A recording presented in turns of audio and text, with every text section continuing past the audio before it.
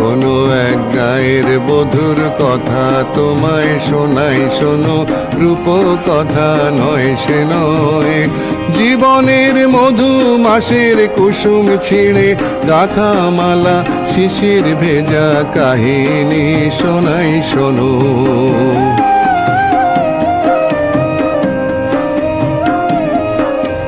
ঘুঘু ডাকা ছায়ায় ঢাকা গ্রামখানি কোন মায়া ভরে, শ্রান্ত জনে হাত ছানিতে ডাকতো কাছে আদর করে সোহাগ ভরে।